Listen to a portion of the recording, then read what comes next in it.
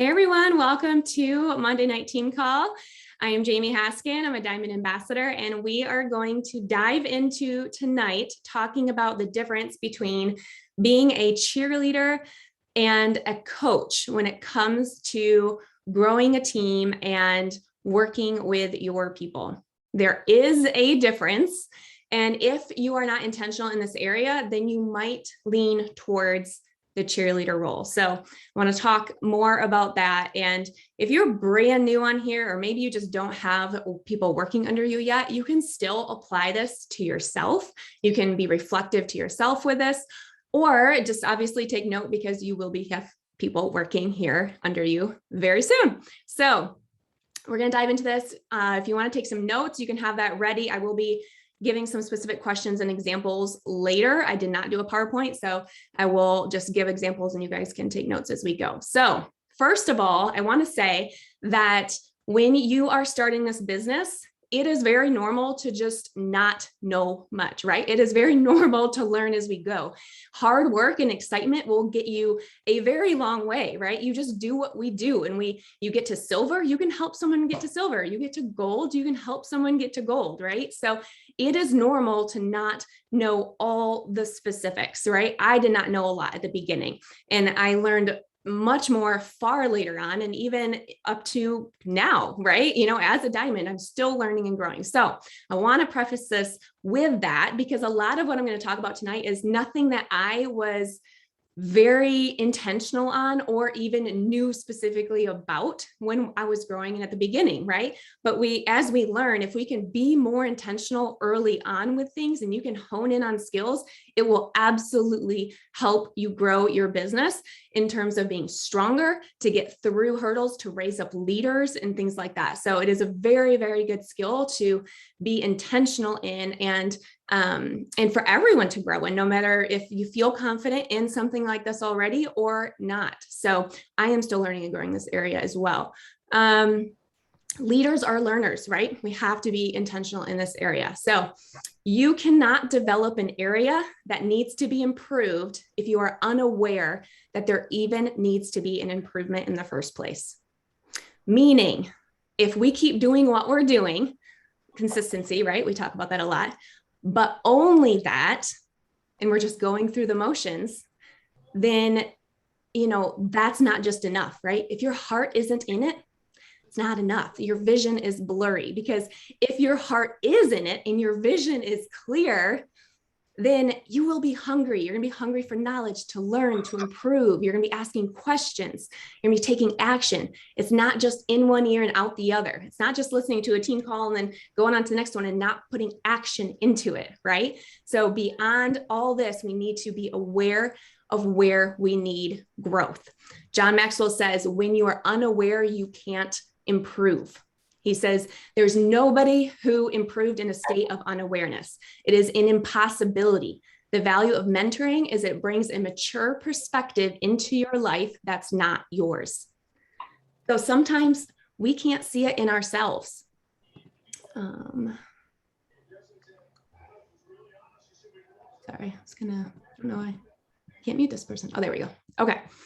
Now where'd my notes go? Okay.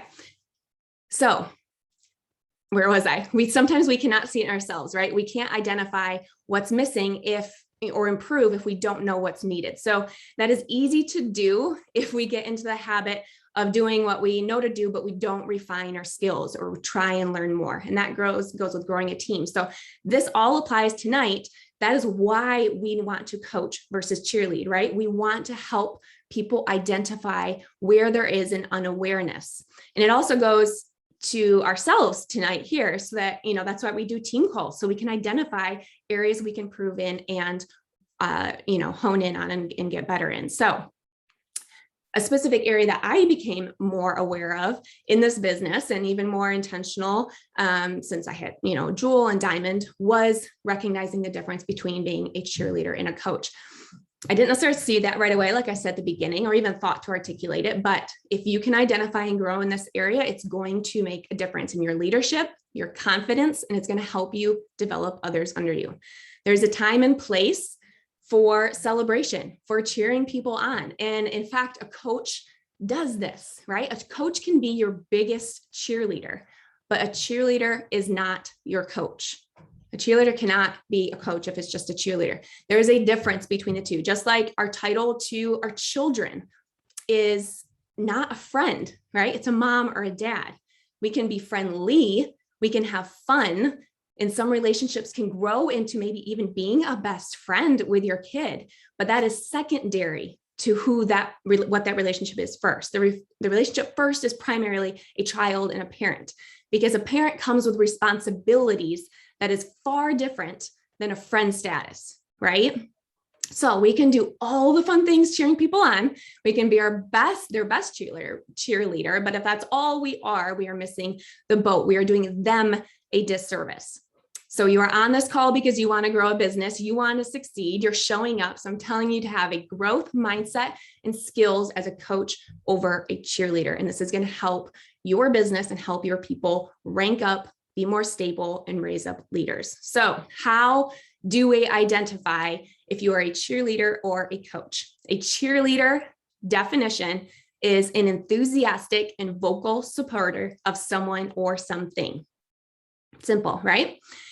A coach, being a definition of a coach, is coaching is a process that aims to improve performance, unlocking a person's potential to maximize their own performance. It's helping them to learn rather than teaching them. So basically, it's 1 or 10 steps deeper than a cheerleader, right? It's much, much more. It's fun to be an enthusiastic supporter. It's positive. It makes people feel good. You might identify that as something that you like to do. It comes easy to you. Maybe you say, that's one of my gifts. That's a skill set. That's great, but it has to shift beyond surface level thinking.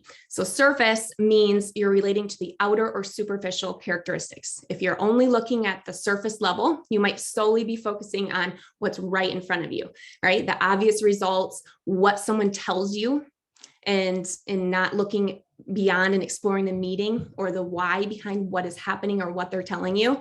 And you're not able to do that. And then you can't relate it to other knowledge and aid your own understanding. So why might you only be at that surface level? Because this is kind of important. You might only be there if you just don't have the awareness, right? You just might not know what you don't know. We talked about that earlier. That's okay. Skill set that can grow, right? Maybe you kind of know, but you might be taking the easy road. You're simply not putting enough work or energy into what you're doing. Or, are you willing to work harder in that area? Maybe you're avoiding something new. It's uncomfortable. It seems scary. At the end of the day, it's a skill set you can learn and model and teach. So if we stay a cheerleader, that's the easy road. It's plain and simple, right? Anyone can say great job. It's comfortable and it doesn't take any work. It does take time and energy to dig a little deeper. Maybe for some of you, it's out of your comfort zone to ask questions, to get more serious, to help address root problem areas or where something is missing. Maybe it's a lack of experience or not knowing what to do. But the only person who can take that next step is you. So put the work in, learn and ask questions and apply. It means taking action. It means doing it for the first time and improving or teaching others what you are doing, whatever level you are at right now. So why is this important? We're going to get to very specifics here soon too. So why is this important? If you are simply encouraging and telling people what makes them feel good, you are not helping the other person. They need more from you. They could be floundering. If you're saying great job, but maybe they're really not doing a great job. Maybe they're being inconsistent. Maybe they're struggling to get their work done. Okay. You could be saying, you've got this, keep it up. But really they're missing the boat on something and they're going to keep missing that boat. If you keep saying, great job, keep this up, right? You could be saying, you're doing amazing, but maybe they're doing some things good, but they could use pointers in some other areas, right? They really need to improve in some other areas. So just these things is not enough. Maybe it becomes less about making them feel good and more about avoiding letting yourself feel uncomfortable or avoiding anything hard for you to do something. We're going to talk more about that later. So if you are only the encourager, your poor people could be doggy paddling their little hearts out while you're cheering them on and they aren't getting anywhere, right? The other side of the pool is way over there and they're just treading water. Okay. They need to do more. They need to swim. So they will appreciate you more if you help them identify what's working. Again, you're going to build confidence and strengthen them. You will build trust and you will develop that confidence and strength yourself. It's harder to keep going through the motions than learn. It's harder. It's easier to stay where you are. But it's also harder because you're going to keep going through the motions, right? You're not going to be moving. You need to learn a new skill, get a little uncomfortable, win. That's easier, right? At the end of the day.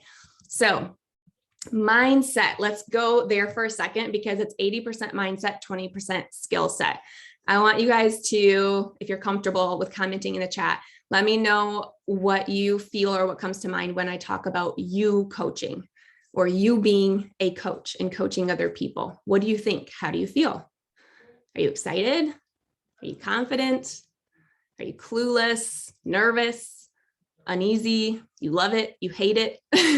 You avoid it? What is it? That's good. I see something coming through. Good. No matter what you're saying, ask yourself, why? If there is some uneasiness, some scared feelings or some anxiousness, then, I bet that comes down to either your mindset or your skill set, right? Either you don't know what to do, which is a skill set, or you feel like you need to grow in that area, or you are worrying about what other people are think, or what you're going to say, or you're not confident in yourself, uneasy in yourself. So be honest with yourself, what your thoughts are on this topic, what's holding you back. If you feel like it's scary, then turn that to just thinking, hey, this is new, something I can learn, right? Start with your mindset. If you're nervous, tell yourself you're excited, right? Our bodies don't know the difference with the same feelings right there. So just tell yourself, I'm excited. If you know what you know about the products, you're going to share with people about the products, right? You're going to share that it's going to change their life. You're going to share all these testimonies because you know that these products make a difference, right? Same thing with this business. If you know that it can put food on the table for people, it can fill their gas tank, they cannot go to bed at night crying or worrying about finances, you're going to share this opportunity, right? I hope every single person on here is, because you know that it can make a difference.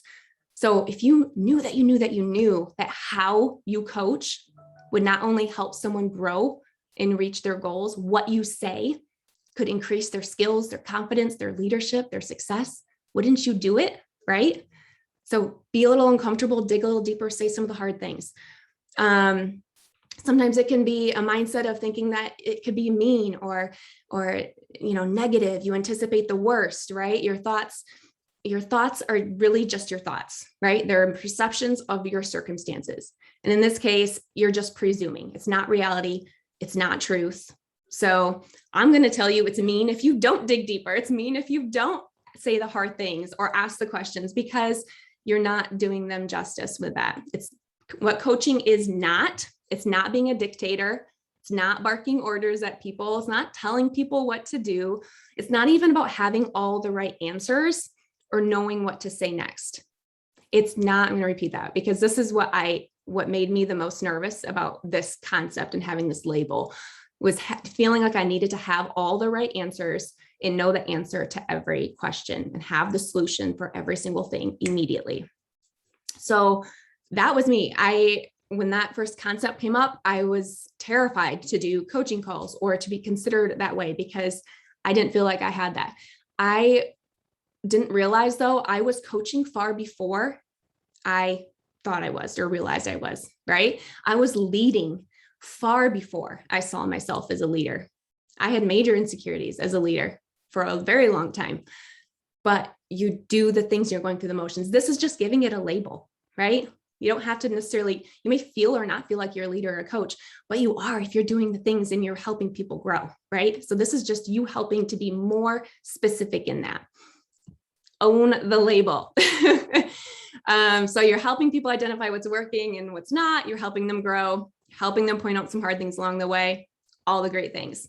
So if you shift about making it instead of about you and about them, that's going to solve all your mindset problems right there. That's just my opinion. Take it away from being it about you, make it about them. So that's the thought part. Let's quick go over some skill set stuff and give you some specifics here. So taking ownership of developing this is 100% all on you. Question for you guys. Do you think it's possible to be too optimistic or too encouraging? I probably would have said no a long time ago. No, it's not possible to be too optimistic. I'm optimistic. I'm encouraging. It comes easy. But you can be. If you are overly optimistic or even embellish to make someone feel good, then you are being a cheerleader and not necessarily a coach. If you are too optimistic and only say all the good things, then you could be doing more damage than good. For example, you are doing great. Keep it up. Or that's okay. It's normal. You'll hit your goal next time. You got this. Or keep doing what you're doing and being consistent. Or just don't quit. You'll get to the top. Just don't quit. Now, before you hate me too much, those are all really good things to say. Please say those things. It's good and it's important to say things like that. But if that is all you are saying, then that is where the problem is. That's where we're missing the growth and opportunities. There's more to look into. People could be spinning their wheels. So what could you be missing? What if they're actually being inconsistent and missing their daily IPA? They could have conversations going, but no one's joining because they simply don't know how to ask for the close. Or you find out they weren't messaging people when their subscriptions got turned off, or maybe they got decreased below 100 PV, or maybe they got pushed out a month, but they're not messaging these people, right? They don't know either how to, they don't know how to even look for it in the virtual office. Maybe they have a mindset block and just are assuming, oh, these people just quit. They're done with. Another one quit. And they're not messaging them. What if they have personal joins coming in, but they're struggling to rank quickly because they're not duplicating? Or even more, no one's working the business under them because they're not even asking their people to share. They're not even reaching out about the business or telling anybody about it, right? You can't dive into or know any of these things if you keep just being a cheerleader. So these are the things that are super important. There's a million other examples. The main point is ask one more question, take it a step further, look into more. Okay, so 3 things for taking action: be curious, anticipate, and communicate. Being curious, just having a desire to learn. You want to know how to help someone grow the fastest and succeed. Be curious to know what's going on a deeper level than just the surface level. Be curious. Anticipate. If you go into conversations with anticipation that you're going to look further, you're going to ask questions, you're going to dig deeper, then it's going to be easier for you to do so. You're going to do it, right? Just like if you anticipate that when you're out and about, you're going to go talk to people about the products and share in public, then you can go do that because you're anticipating, you're psyching yourself up for it, right? So anticipate that you're going to do this in your conversations. And then communicate, talk regularly. I am a very, very big fan of weekly coaching calls, but whatever that looks like for you, as long as it's consistent and intentional communication that allows room for coaching versus cheerleading, that's good, right? Phone over chat and text wins every time. It's difficult to dig deeper in texting versus real-time conversation. And again, it doesn't mean you have to have all the answers, right? Oftentimes people solve their own problems as you ask questions. They solve their own problems, you guys. Big hint right there. As you ask questions, a lot of times people know what's going on themselves. So as long as you can help them process that, they can talk through that and figure that out on their own. Sometimes it can look like learning together through something or coming back to it later. The goal is not to solve every problem in one phone conversation. Always ask more questions. So goes back to being curious. I'm going to give you some examples of questions. There's a million out there, but here are some questions that you can be thinking as you're coaching or talking to people or digging deeper. What is working or not working? Why is it working or not working? What are they saying or doing that's good? Walk me through how you do this. Maybe it is, how they reach out to somebody or how they help someone join, or how they talk about the business or the products or how they follow up, whatever it is. Walk me through how you do this. And then when they're talking, what do you hear? What's good? What's missing? You're thinking about this as you hear them talking. What are they thinking? What are they doing or not doing? What are they duplicating? As you grow your team, you can then ask your level 1 questions like this about their people, and you can help develop leaders beyond just your level 1s because you're going to be asking deeper there. So just a few examples, but as you're thinking to dig deeper, these are just some basic questions. Examples of specifically shifting to coaching. So I'm going to talk about 3 areas. So 1, if you're trying to dig more into what's going good, some questions that you can ask when you're trying to figure out what's going good. Instead of just saying, great job, keep it up, or it's going great. Okay, great, keep it up. You can dig deeper. Great job. Tell me how you worked through that, right? It's good to figure out why is something going good? Be curious. Why are they getting all these joins and developing all these silvers? That's great. Figure out more, right? What are they doing that's good? Or how do they work through a problem? Another question, great. What have you changed in what you were doing to start getting these results? Another question, tell me what went good last month, right? Maybe it's the beginning of a new month. What went good last month? And another one, I'm so excited for you. How did you feel reaching that goal? Just a little bit more than, digging just a tiny bit deeper.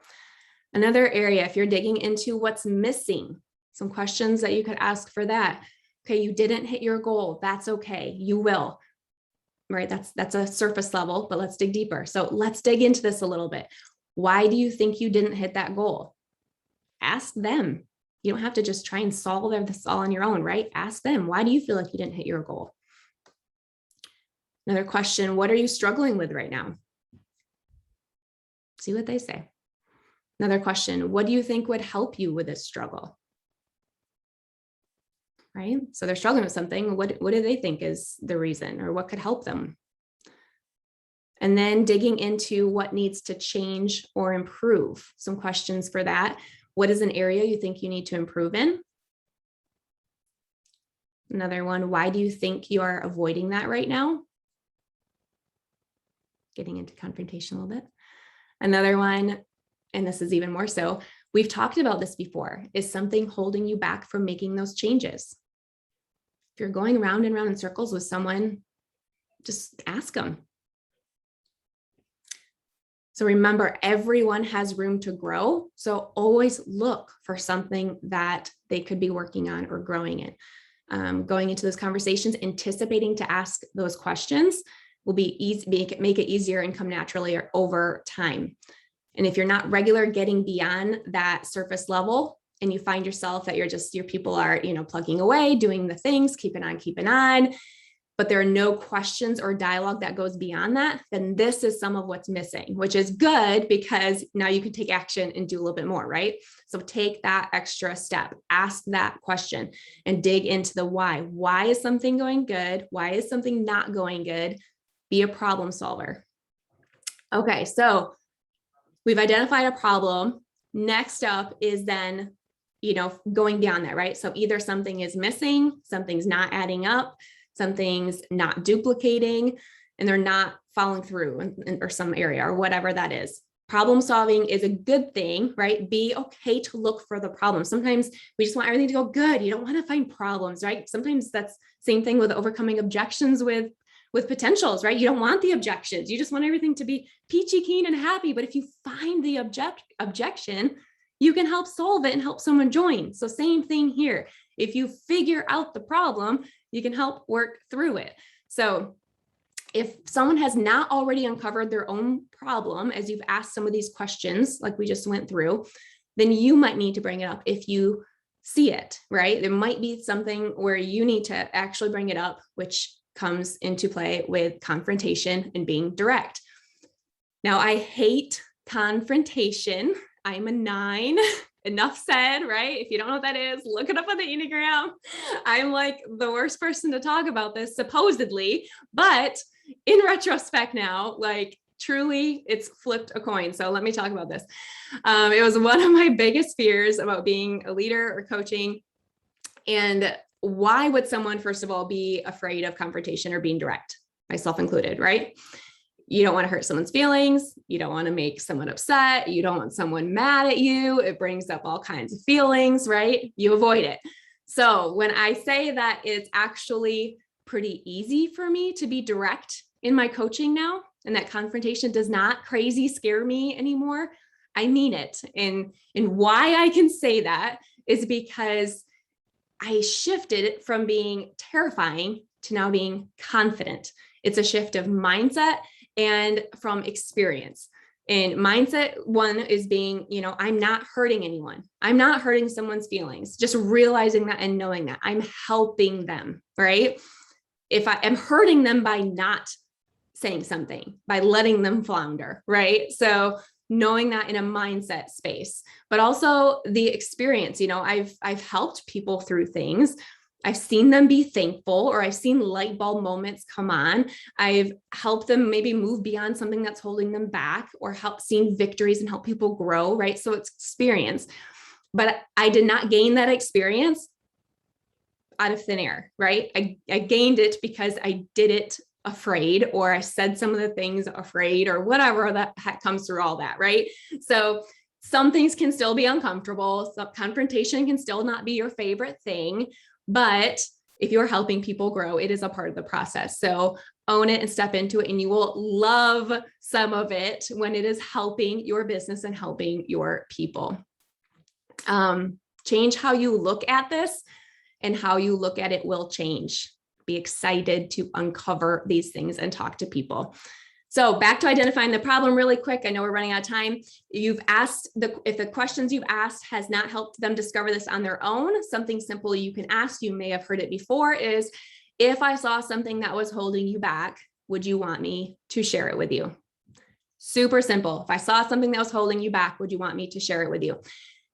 It is a very easy question. It gives you permission, and then you have to give them the answer. You have to then confront and tell them.